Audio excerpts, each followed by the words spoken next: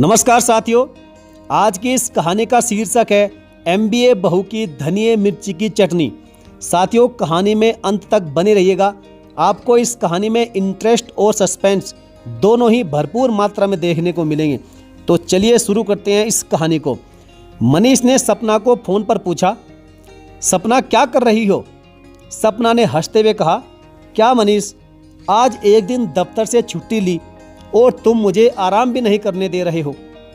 मुझे फ़ोन करके बार बार तंग क्यों कर रहे हो? मनीष ने भी हंसते हुए उत्तर दिया कि तुम दफ्तर से छुट्टी लेकर बैठी हो और हम यहाँ दफ्तर में काम कर रहे हैं, तो मुझे तुमसे जलन हो रही है।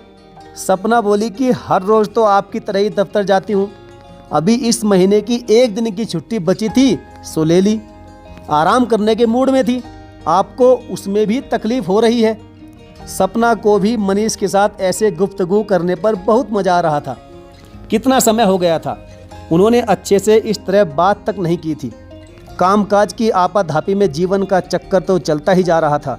मनीष ने हंसते हुए कहा, जी नहीं बेगम साहिबा, हमें काहे की तकलीफ़, बस हम तो यह चाहते हैं कि आज आप हमारा स्वागत कुछ बढ़िया पकवान के साथ करिए। आखिर आज आपकी बहुत समय बाद छुट्टी है तो हमें भी तो कुछ मज़ा आए। और हाँ, आज शाम 5 बजे तक मैं पहुंच जाऊंगा। इस पर सपना हंसते हुए बोली कि हाँ, तुम्हारी मनपसंद मूंग की दाल की पकौड़ी की तैयारी मम्मी जी ने पहले से ही कर रखी है और अब वह 2 घंटे के लिए कीर्तन पर गई है, तो तुम्हें गर्मा गर्म पकौड़ी खाने को तो मिल ही जाएगी, चिंता मत करो।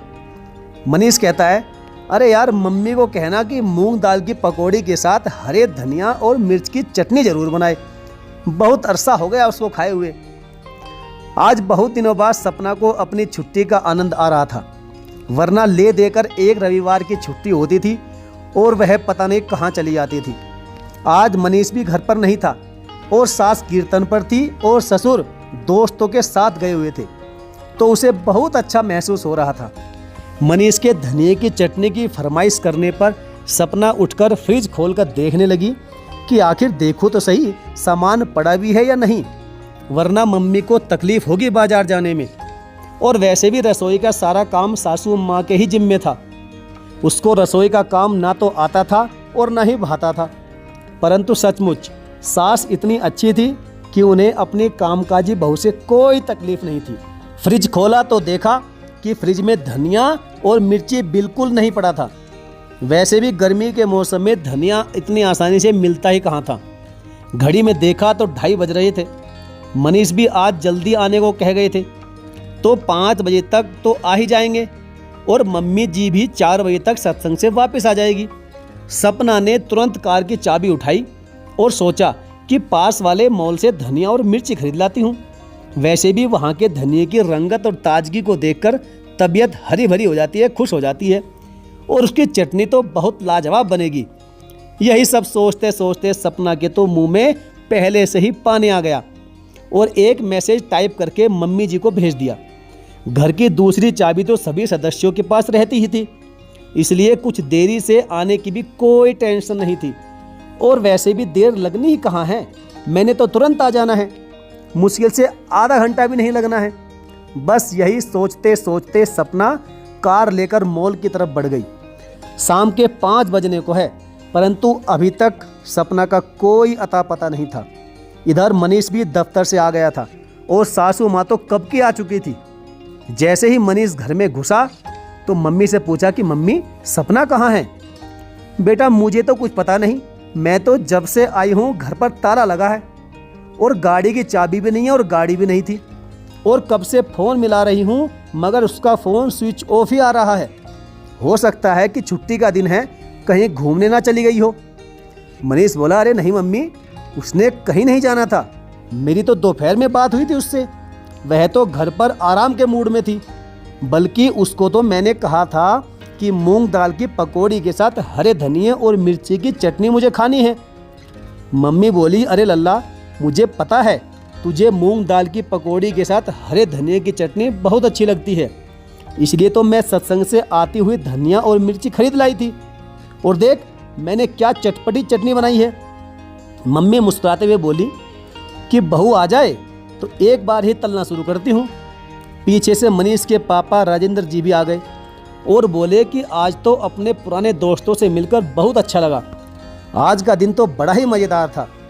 घड़ी में 5:30 बजने को थे। इतने में घर की घंटी बजी और सपना घर में घुसी, पसीने से लथपथ और हाथ में थैला जिसमें से धनिया बाहर की ओर झांक रहा था, परंतु पूरी तरह से मुरझा गया था। सपना की ऐसी हालत देखते ही झट से मनीष उसके लिए पानी लेकर आया और पूछ बैठा कि कहाँ गई थी और तुम्हारा फ़ोन भी बंद आ रहा था। सपना बोली, बस पूछो मत, मेरे फ़ोन की बैटरी ख़त्म हो गई थी। आज ऑफिस तो जाना नहीं था, इसलिए सुबह से चार्ज करना ही भूल गई थी और मैंने मम्मी को मैसेज किया था कि आधे घंटे में आ रही हूँ। यह कहते हुए जैसे ही सपना ने थैले में से अपना फ़ोन बाहर निकाला तो थैले में से बिल बाहर निकल कर गिर पड़ा। मम्मी बोली, अब सत्संग पर मुझे कौन सा मैसेज देखने की फुर्सत थी। ऐसा कहते हुए मम्मी जी ने झट से बिल हाथ में पकड़ा और माथे पर हाथ रखकर बैठ गई। यह क्या, तू मॉल से धनिया और मिर्ची खरीदने गई थी और वह भी इतना महंगा? सपना बोली, हाँ मम्मी, इनका फ़ोन आया था, कह रहे थे कि धनिया मिर्ची की चटनी खानी है। घर पर थी नहीं तो मैंने सोचा चलो जाकर मॉल से खरीद लाती हूँ। मम्मी जी गुस्सा होकर बोली, इतना महंगा धनिया मिर्ची और इतना सारा, इससे क्या पूरी बारात के लिए चटनी बनानी थी जो इतना सारा धनिया और इतनी मिर्ची उठा लाई?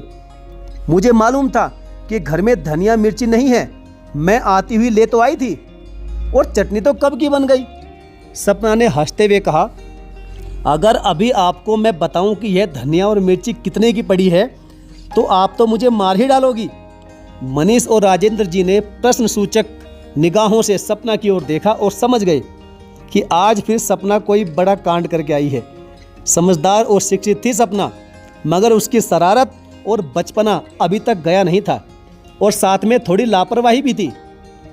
तभी ससुर ने अपने होठों में आई हंसी को दबाते हुए पूछा कि क्या हुआ बहू, तुम ठीक तो हो ना?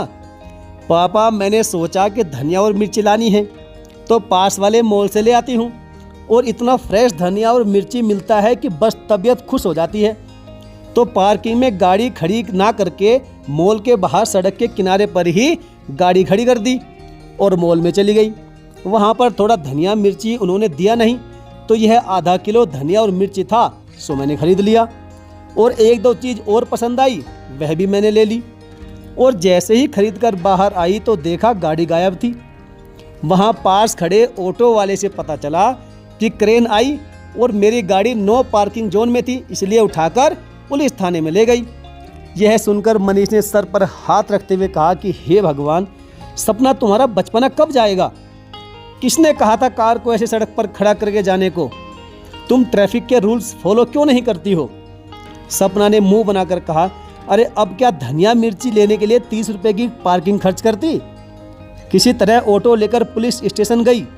बहुत किटकिट करने पर 1000 रुपये जुर्माना देकर किसी तरह गाड़ी छुड़वा कर अब आई हूँ। इस सब काम में पूरे 2 घंटे लग गए।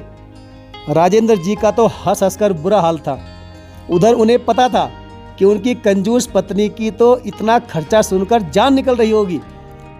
तभी ससुर जी ने हंसते हुए पूछा, इसका मतलब बहू, यह धनिया मिर्ची 1000 रुपये का जुर्माना और 200 रुपये का बिल, यानी तुम्हें 1200 रुपये का पड़ा।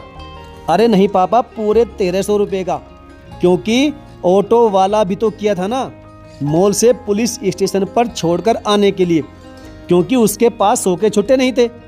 अब तो सासू माँ ने गुस्से में बड़बड़ाते हुए थैला वहीं पर पटक दिया और बोली, लो जी, यह 1300 के धनिया और मिर्च की चटनी, तुम सब लोग मिलकर खुद ही बना लो।